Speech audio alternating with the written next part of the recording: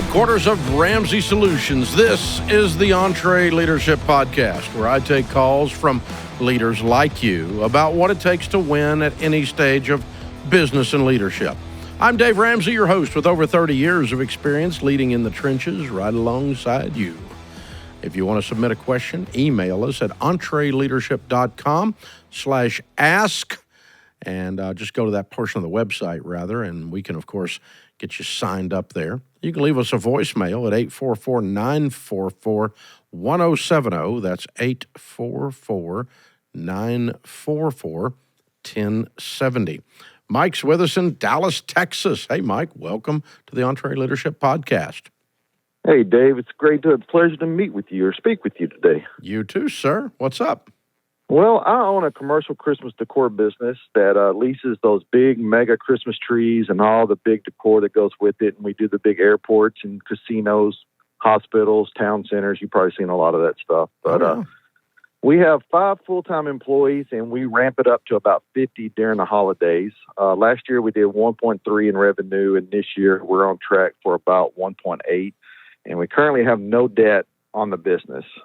But what we do have is very little space, and we are busting at the seams because when all that stuff comes down, we have to store it.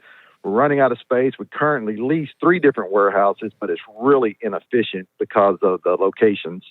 And we're wanting to build our own, but we don't want to go in debt to do it, and we're kind of looking for a little guidance on that aspect. Okay. Well, here's the thing.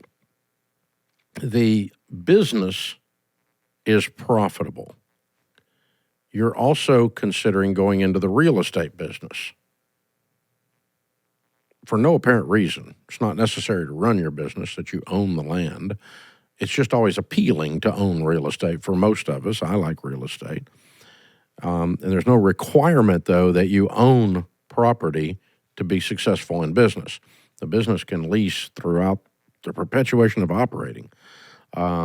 So the first thing I would do is don't get yourself in a real estate transaction that cramps your style. That the real estate starts telling the business what to do instead of the business telling the real estate what to do. An example would be, let's say you bought a warehouse today and you had the cash and you paid cash for it, did it properly, that would house everything you have today, but no more. Well, the first time you get ready to grow, you're going to have to go lease something in addition to what you already own. Sure. Because you'd be full. Mm-hmm. Even if you bought something that was a little bit bigger, when you fill it up, you're going to outgrow it eventually, or you're not growing. And so you're going to end up at some point either making so much profit that you can just buy real estate and not think about it, or you're going to have real estate starting to the ownership start to constrict the proper operation of the business. I'll give you another example that's not in your industry, but where I see it a lot with EntreLeadership folks. The restaurant business. A person will have a good restaurant operation. They'll buy a building in the proper place, a good location, and 15 years later, it's no longer a good location. But they refuse to move to the good location for the good of the restaurant because they own this piece of dirt and bricks and mortar. So the real estate begins to tell the business it doesn't need to move when it does need to move.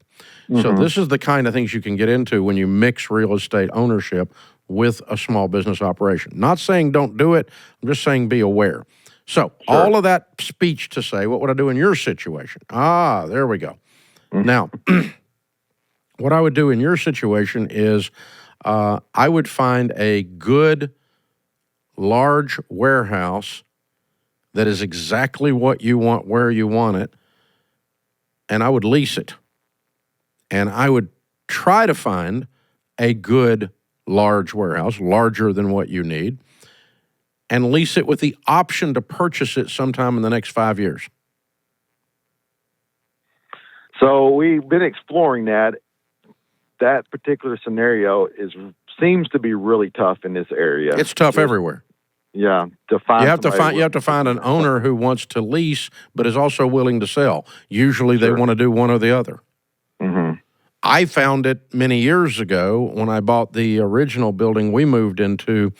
The first time I did this, I leased a building for 5 years. I closed on the building at the end of that, but I had to talk that owner. He had an empty building, and we were only going to take half of it as a tenant. But I talked him into it because of I just kept shopping until I found somebody that was a motivated seller. And actually what he was really looking for was a tenant. But in order to get the tenant, I had to twist his arm and go, I have to have an option to purchase. I don't have the money, or I would just offer you the money today. So you don't have to worry about my option right now because I can't do it. Boy, by the time that 5 years went by, though, I scratched every nickel together and closed on the deal because it was a great deal. But then that building, we outgrew it, and I got constricted like I was talking about earlier. So I've been through what I was warning you against. So, listen, I would rather you rent the right thing at the right place and then just move for every 5 or 10 years to the right size and always be a renter than go into debt and buy something and be trapped in it. Sure. So it's just more flexibility for the business. The business gets to do what it's supposed to do, and rent is not your problem. You got other problems that are opportunities for profit much more than doing away with the rent of the warehouse space. Right now, what you just got a bad configuration of everything you're renting. It's in bad spots, and it's split up all over the place, and it's inefficient. If it was just all in one lump and you were renting it, you probably wouldn't even have bothered with this discussion. I probably wouldn't. You're right. Yes, sir. Yeah. So that's what I'm going to do. First, I'm going to find the right thing to rent. Then second, I'm going to keep shopping and shopping and shopping, and I'm going to propose absurd things to the owner. Now, if the owner of a lot of warehouses these days have been bought up by REITs, and you're not going to get an option to buy with a REIT. They're not going to do that. Not to get a tenant. They just want a tenant. And but if you can shop around, and here's the thing, you don't have to have. All it's got to be is safe and dry. It doesn't have to where it is, other than proximity to your main customers, doesn't matter. So you don't have to be in like the Rodeo Drive of warehouses. You could be in a dumpy end of town as long as it's safe and it's dry and it doesn't flood. It's basic stuff. And it could be an old warehouse. It could be something you have to put some money into because the guy that owns it doesn't have any money. And I did that. I put $300,000 in tenant improvements into that other building. I got reduced rent for that, and I got an option to purchase because he didn't have the $300K to put into it, or he was too tight to do it, one of the two. Probably the second one with him, but he's a good guy, but man, wow. So anyway, that's the thing. That's how I would look at this, and a really, really, really, really good question, sir. Very well done, Mike. Congratulations on all your success. Proud of you. I'm Dave Ramsey, your host. What does the future hold for business? Ask 9 experts, you'll get 10 different answers. Economic growth or a recession. Business taxes will go up or down. AI will help us work or replace us all. But there's no such thing as a crystal ball. That's why more than 40,000 businesses have future-proofed themselves with NetSuite by Oracle, the #1 cloud enterprise resource planning system. Ramsey Solutions uses NetSuite, and you should too. Whether your company's earning millions or even hundreds of millions, NetSuite helps you respond to immediate challenges and seize your biggest opportunities. With one unified business management suite, there's one source of truth for the visibility and control you need to make quick decisions. NetSuite's real-time insights and forecasting help you see into the future with actionable data. And when you're closing the books in days, not weeks, you spend less time looking backward and more time focusing on what's next. And speaking of what's next, download the CFO's Guide to AI and Machine Learning at netsuite.com/Ramsey. It's free at netsuite.com/Ramsey. Do you own your own business, or is it owning you? What if I told you we have a proven system that helps you get back the freedom you dreamed of when you started your business? That's why you did it in the first place, remember? Well, get ready to transform your organization, because the latest book that we've done, Build a Business You Love, Mastering the 5 Stages of Business, is now available on pre-order. In the book, we teach you the proven EntreLeadership system that we've used to build Ramsey Solutions from a card table in our living room to a $250 million plus company. When you pre-order the book today, you'll also get more than $350 in bonuses for free, because when you pre-order, it helps us, including an enhanced audio book, the whole stinking thing, I read it, and a copy of the Build a Business You Love ebook 2 weeks before the hardcover book comes out in April. Plus, you'll get instant access to a special hiring bundle so you can make better hires and start transforming your business right now. Build a Business You Love is the perfect way to transform a business, yours, this year, and learn how to grow yourself, lead your team, and scale your business. To pre-order the book and get the bonuses, you must purchase it from Ramsey at the Ramsey store. Go to EntreLeadership.com/build, and you'll get all those goodies. Click the link in the description if you're listening on YouTube or on a podcast. Ben is in Fargo, North Dakota. Hi, Ben. Welcome to the EntreLeadership podcast. What's up? Thank you, Dave. I am the owner of a civil engineering firm up here, and I have 7 full-time employees. Last fiscal year, we did $2 million in gross. Way to go. And thank you, sir. About a year ago, just a little over a year ago, the current CEO of the company passed away, and I was a 10% shareholder at the time, and I was the VP. He was the only other shareholder, and I became the only shareholder in the company and took on leadership. I'm at the point where I have a coworker who's been with the company about 7-8 years, and I'd like to bring him on as a partner in the company. Why? But I'm sure for legacy, for keeping the company going in the future. How old are you? I am 41. So why do you need a partner to keep the company going? It's also to keep him in the company. Being a professional firm, it's pretty easy for him to step out and start his own firm or to join another firm as a partner. And it's a way we keep skilled engineers who are at the top of their game and keep them in the company. All right, so you bought out the family when the other guy died. Yes, sir. And you own 100%. And Yes, you're sir. going to gift or sell a portion of your ownership to this one person who's been with you 7 years. Yes, sir. Okay. And what percentage are they going to get? 10%. And what are they paying for that? That was a part we're working on right now. And that's part of why I'm calling. Previously, the amount of shares in the company and the value of those shares has not changed since the late 70s. And that share is what we have for retained earnings, which has become an issue for having working capital in the company. And that's where I'm trying to change that moving forward. Wait a minute. Today you own 100% of the shares. You can change the valuation to whatever you want it to be. Yes, sir. And the retained earnings is yours 100%. So why do you not have access to it? I do have access to it. Okay. So why is it an issue? The retained earnings are not an issue. You have access to them. And the valuation of the stock price is not an issue. You can change your share price, just recalculate it, recast it with your CPA. It's not hard. No, it comes into handling retained earnings under a partnership. And my question comes in as to whether to have that as shares or have it sitting as cash. And I was seeing an issue with cash. It can be an issue as we get down the road. Okay, retained earnings by definition is cash. It's not shares. Correct. You can't have retained earnings in shares.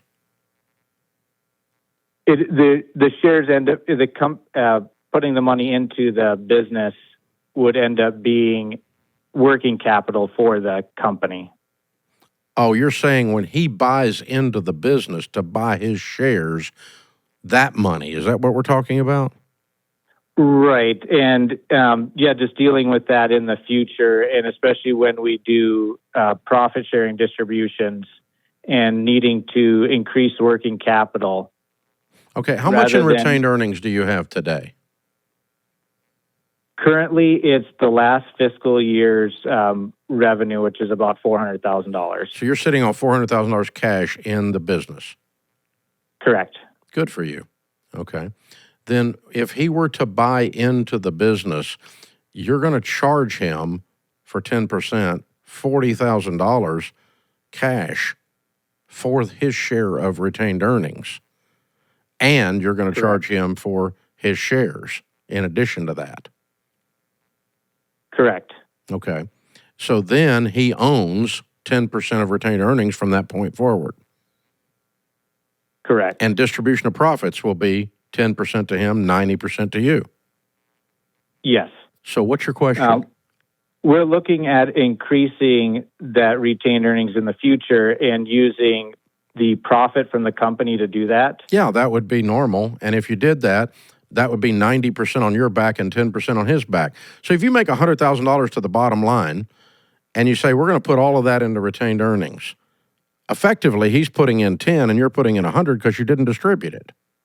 Or you're putting in 90, he's putting in 10 because you didn't distribute it, right? Yes, sir. So it's all just divvied up by the percentages. Okay. Yeah, and I was just looking at just making sure I was looking at different options on how to make it make sense for any partner that was in the company for understanding. Well, each person that buys in would buy into at the percentage that they're buying in would buy into the percentage of the then retained earnings. 2 years from now, you might have $600,000. And if another person wanted to buy 10%, it's going to cost them $60,000 plus share price. Right? Yeah, that makes sense.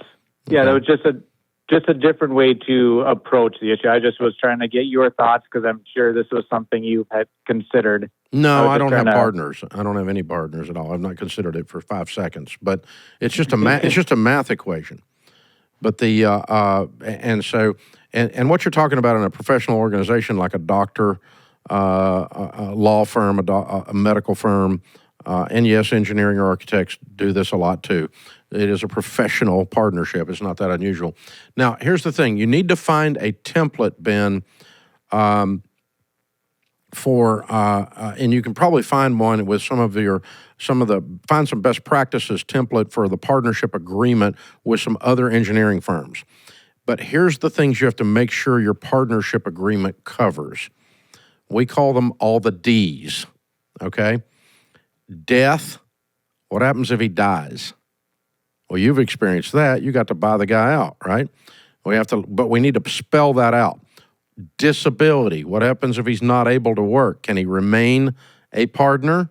No. He gets bought out probably in your scenario, but let's find a template and be in agreement to that. Drug use, I'm going to fire his butt. He's doing cocaine. Now how do we get him out of here? And what does that cost us? Default. He won't do his part. He doesn't show up at work anymore, but he still wants to be an owner. I just don't like disinterest. I want work-life balance. I don't want to work anymore, and or some kind of bull crap, right? And so, what are you going to do in that event? Divorce. You get a divorce. What happens to his shares in the divorce? You need to state in there that it only can be owned by a working member of the firm. Thus, the ex-wife doesn't end up being your partner. God help you, right? So you need to cover all of these eventualities in the partnership agreement. Otherwise, they're going to happen and you're going to have a problem. But if it's already spelled out exactly what the buyout formula is or what the process is, how the calculation is done, and it won't be on 1972 share price either. You need to update your share price annually. You go back and recast and recalculate your share prices and reset them for purposes of executing one of the problems in the partnership agreement. He decides he just wants to leave. You want him to leave. What's the calculation? I don't want a negotiation at that point. I want a preset math formula based on a percentage of retained earnings and based on share price at the time, with the agreement to reset the share price every 24 months or whatever the number is. And so he knows exactly, in the eventuality that he needs to leave or dies or is disabled or whatever, here's how it's going to be calculated, and no surprises, no negotiation. I'm not negotiating with the divorce attorney. No, thank you. No, thank you. It's a bad thing. Now, the valuation of his shares may come up in the divorce, but we're going to lay out exactly what can occur here, what can't occur, who can end up being an owner, and who can't. I have a friend who is a partner in a large architectural firm, went through a divorce, and he was very happy that he's a partner. It's a big firm. That he was very happy that they had a very clear set of documentation of who could do what in the event of a divorce. And so it was never in play that his ex-wife was going to end up with his shares of his decades of service to that professional organization. Now, the valuation did come up and enter into the split when they split the goodies up. But still, the actual, he didn't lose his partnership position in that. So anyway, all that to say, you need to do all that stuff, and then you just need to lay out a math formula with or without retained earnings. But it is fair for them to buy into the retained earnings. They shouldn't get 10% just for share price of your $400,000. And if you try to say, okay, everything after this you get 10% of, then you've constantly got this other $400,000 hanging on to the math formula along the bottom, and it's always recalculating and shuffling, and you're always dodging the bullet around that. So I would just have him buy into it if it was me. That's how I would lay it out. So interesting discussion, Ben. And I would avoid this as long as I can. Put it off as long as I can. I wouldn't just automatically assume this is how business has to be done. Because as you can tell from our short discussion, this is a freaking barrel of fish hooks, dude. This is the EntreLeadership Podcast. If you want to help us out, we would appreciate it. Click follow on this show, subscribe, share, leave me a nice 5-star review. All those things help the algorithms and push things along. A bunch of you have been doing that, and we really, really, really appreciate it. Our next question comes in by video. Let's check it out. Melissa Johnson, Midwest Insurance Corporation in Nevada, Iowa. We've been in business for 41 years. We have 15 team members. We are $2 million in our top line revenue. We are in the peak performer stage of business. Living the values is a big part of what we do with our culture. And our team's getting beat up day after day. And so for 4 years now, we've had the issues. And so if you think about your home and auto, a lot of people think insurance is just a given. Like you have to have it on your auto, you have to have it on your home. So how can people not provide you with that coverage? How can they pull out of the state?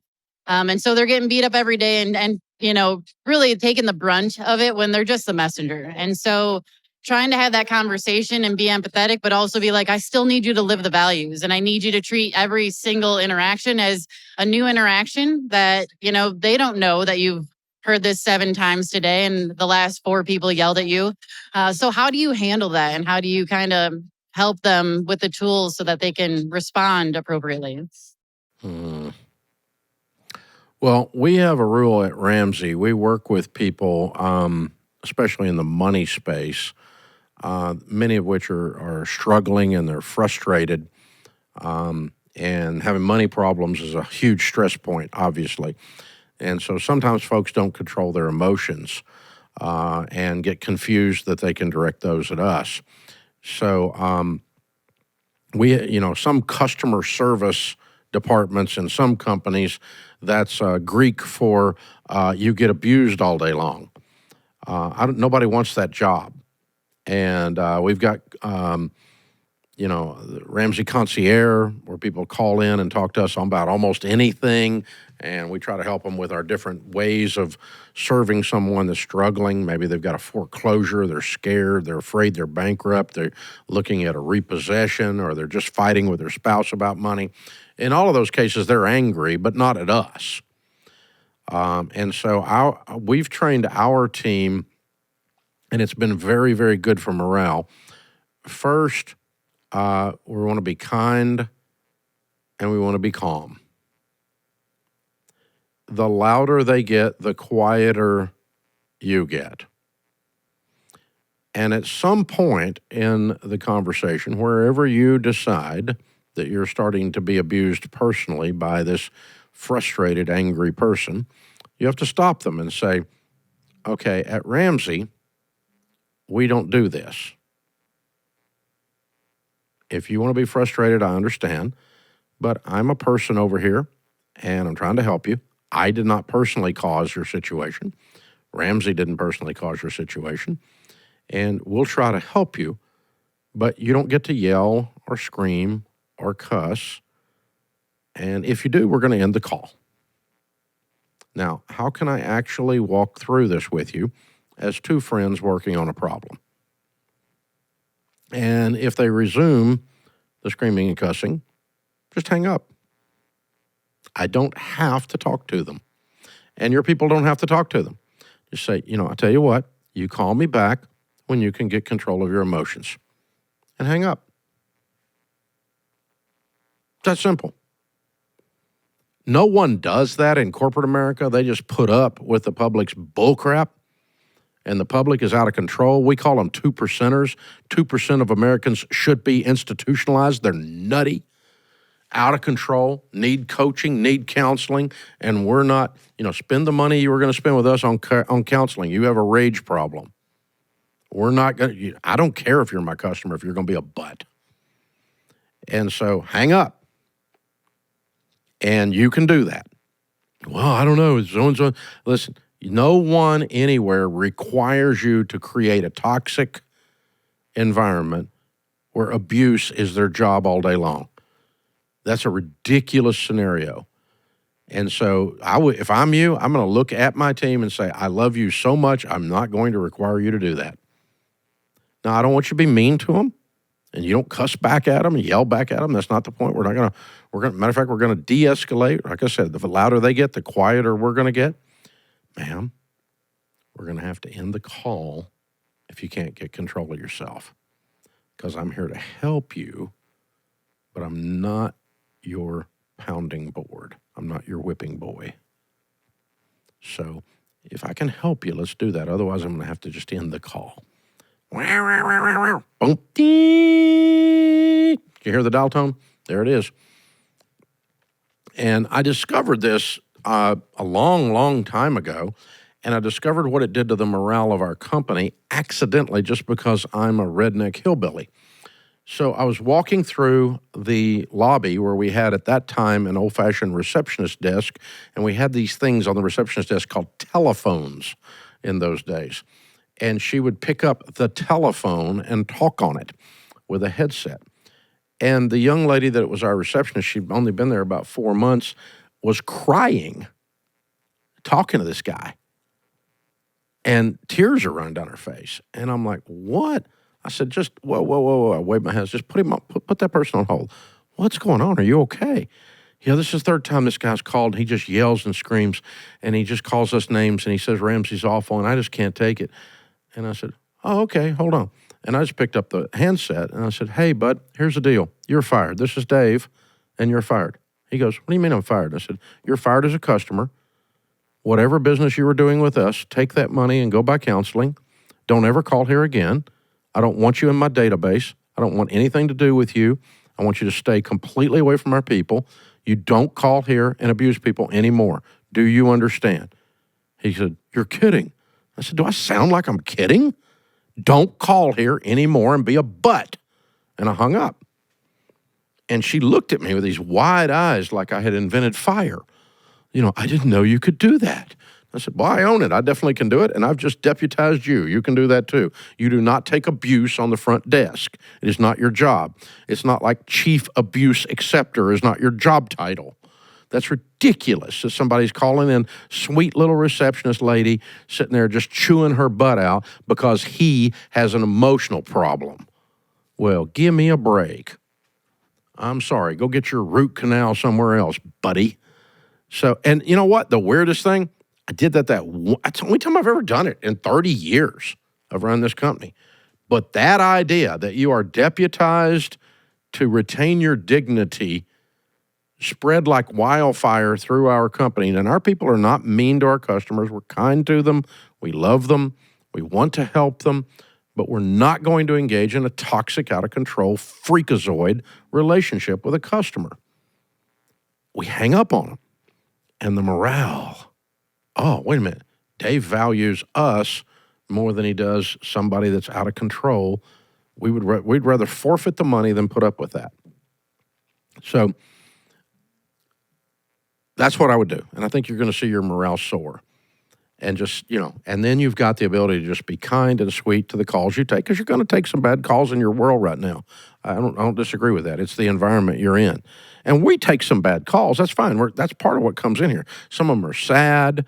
Some of them are angry. Some of them just rip your heart out, and go through all that stuff. That's part of, dealing with folks. You're solving a problem for them. So sometimes they're emotional when they've got that problem. So be kind.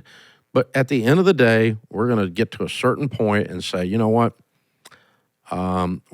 If we can't get your volume and your language under control, we're not going to be able to have a conversation here, and I'm not going to be able to help you. I sure hope we can do that, please. So you want to take a minute, or you want to take a minute and call me back after you have a minute to calm down? Because we have a rule here at Ramsey. We don't do abuse, and you're being abusive. And if they just keep on, and they think they have the right to, because people are entitled twerps out there, some of them. So just hit the old hang up button, and it just solves all kinds of, it's like this immense power that you suddenly have. And with that power comes dignity, and morale shoots up. I know a guy that works on automobiles, and he's he really should be a little bit nicer. But he's really good at fixing cars. And he's got a great reputation, and he's not mean to people, not unkind to people, but he really doesn't suffer fools. He's got a little auto repair shop, does a great job. And I was laughing with him one day. He started telling me what he was doing. He said, I have a stack of my competitor across town's business cards and the other auto shop. And he said, when I get one of these 2%ers, when I get one of these people that's out of control, rageaholic, I don't want to deal with them. I just say, you know what? I think this guy here can help you. And he said, I send all those nasty customers to my competitor. That's mean, but it's also funny. I don't care who you are. So that falls in the same category, Melissa. I'm sorry you guys are facing a tough time in your industry. We've been watching it. We work with PNC, and we know what you're dealing with, and it's kind of ridiculous out there, honestly. I agree. And I agree with the frustration of the customer, but that doesn't mean they have the right to abuse your team and destroy their morale and take their dignity. We're not going to do that. This is the EntreLeadership Podcast. Well, thanks for hanging out with me today. I'm Dave Ramsey. This is the EntreLeadership Podcast. If you're looking for theory, you're in the wrong place. I make payroll. In order to do that, we have to deal with actual tactical things that work. We get up, leave the cave, kill something, and drag it home. This is not a theoretical discussion. I don't mind having a theoretical discussion with you, but I'm a guy that gets it done and has for 35 years. That's how we got where we are at Ramsey. And we're here to help you. If you want to be a caller on this show, call 844-944-1070. Leave us a note in the voicemail. Team will holler back at you and get you set up to be a caller, just like Shay in Charleston, South Carolina. Hi, Shay. How are you? Hi, Dave. How's it going? Better than I deserve. What's up? Not much. I got a question for you. Let me give you a little background on my business first. We do managed IT services and managed cybersecurity services, so kind of outsourcing those functionalities for different companies. I'm the CEO. We have about 11 employees, and our revenue from this past year is about $1.7 million. Good for you. How long have you been open? Just about 3 years, a little over 3 years now. Way to go, man. Congratulations. Thank you. I appreciate it. So my question is about sales, really. So we've been doing, obviously pretty well, but most of that stems from either people coming to us or networking, word of mouth, that type of stuff. We've tried different outbound sales services and some on our own as well, like reaching out via email campaigns and stuff like that. I've tried learning as much as I can about it, but so far we've been fairly unsuccessful.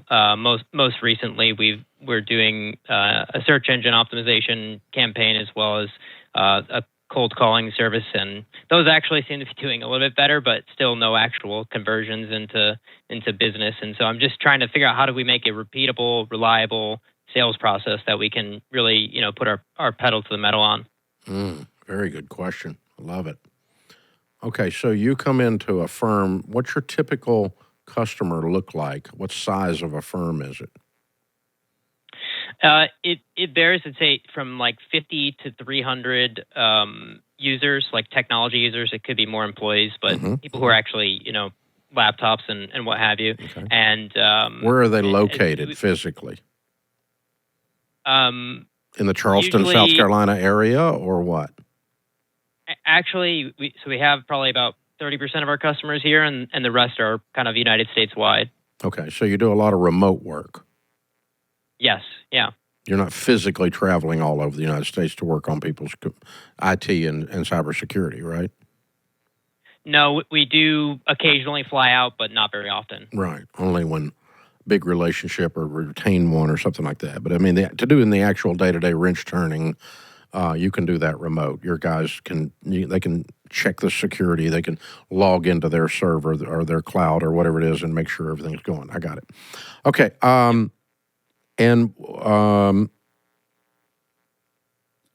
So you have, in the 1.7, about how many customers do you have?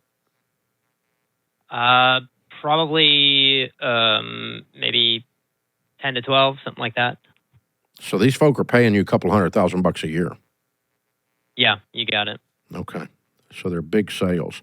Yeah, that's not necessarily an SEO thing. All right. SEO is much better for consumer stuff than it is B2B. You can get some stuff B2B, but that's a big ticket item. So, okay, so you have, let's call it 6 or 7 customers at 200 to 300K. And what I'm developing here is what we call in marketing a persona. What is the demographic look of the customer? And so it's a customer with 50 to 300 team members anywhere in the United States. 1/3 of the time they've been in our immediate area, but we can service them adequately and excellently anywhere in the U.S. And they're paying us $250,000. So that means that they're either have a lot of profit margin or they've got a lot more team members than the 50 to 300 that are non-technical. Because, I mean, if they're paying you $250,000 and they're still profitable and they only got 50 team members total, that means they have a a huge margin on whatever they're selling. Does that make sense? Yeah, can I throw one thing in there? Sure, help me. Yeah. Add some, so on that revenue, I'd say, maybe 40% of that, maybe 50% even, is projects, and those customers do span much larger organizations. Okay. So it's not necessarily all ongoing contracts, maintenance contracts. Exactly. Yeah. I thought you had maintenance contracts on the IT and on the cyber that were ongoing. Instead, you've got some one-off projects. And what percentage of your 1.7 is one-offs? I'd say probably close to 50% of it. Oh, okay. Oh, that does change the numbers then. Okay. All right. Yeah. Okay. Yeah. Sorry about that. That's okay. What is it you're wanting to sell? Projects or ongoing service? That's the thing. We really want to do more of the ongoing service because it gives us kind of that. It's recurring revenue. It's like a subscription. It's brilliant. Software as a service in a sense. Yeah. Yeah. Yeah. Much better for you. You don't have to go out and get a new customer every morning. Yeah. You got it, man. Yeah, I like that. I'm with you. All right. I love subscription recurring revenue when we can make it work.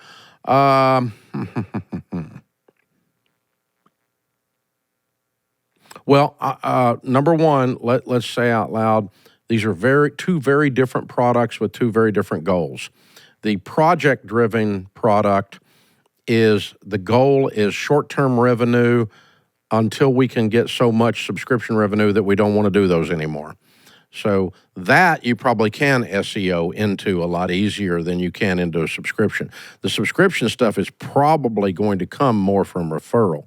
So I would go to my existing customers and regularly have a system to ask the existing customers how to find more people like them, the subscription ones, okay?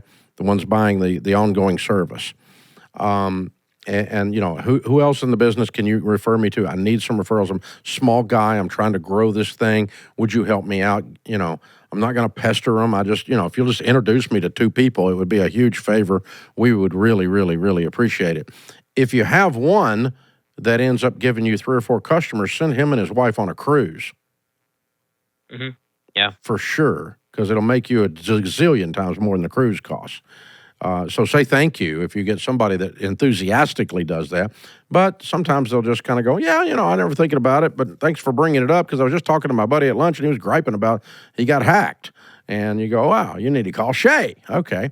And, you know, that's you increase the word of mouth by making it top of mind and by asking for the referrals. That's a sales system that I would lean into first and foremost because your best advertisement is a satisfied customer. It's much better than a banner ad. It's much better than a random email system or a follow-up or whatever else. Okay, that's the first thing. The second thing I would do, and I would use SEO for this, and I think you'll get a good ROAS on it. I think your return on it will be sufficient, especially if you do it carefully.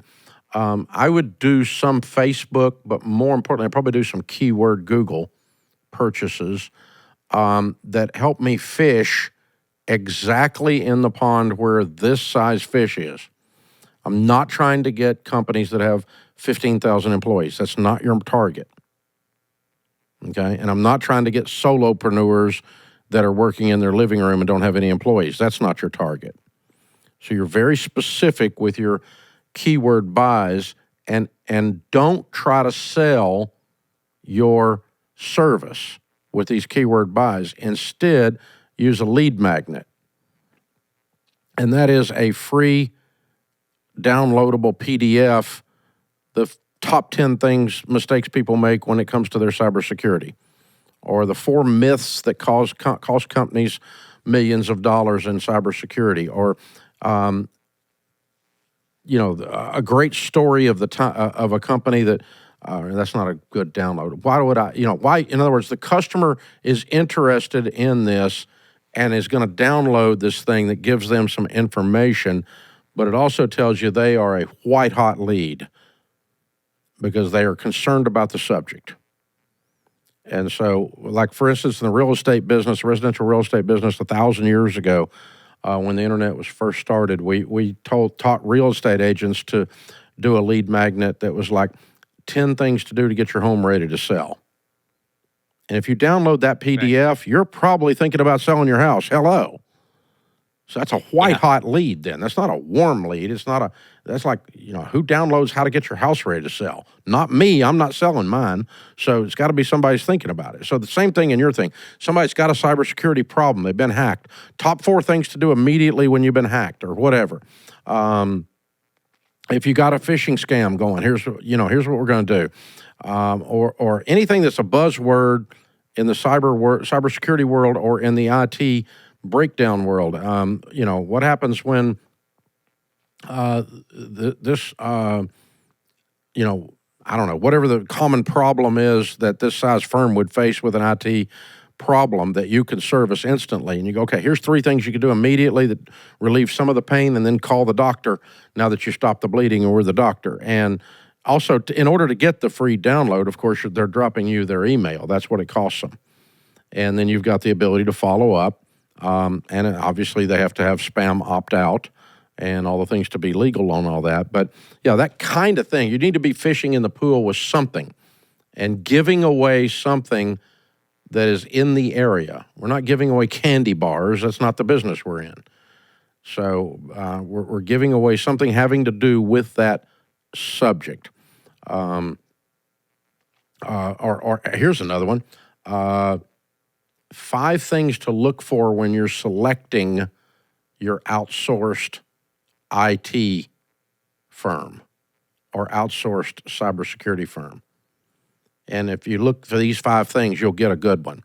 By the way, you fill all of those 5 things. So, you already found one. But, how to properly, we do it with 6 things you ought to consider when you're interviewing your financial advisor.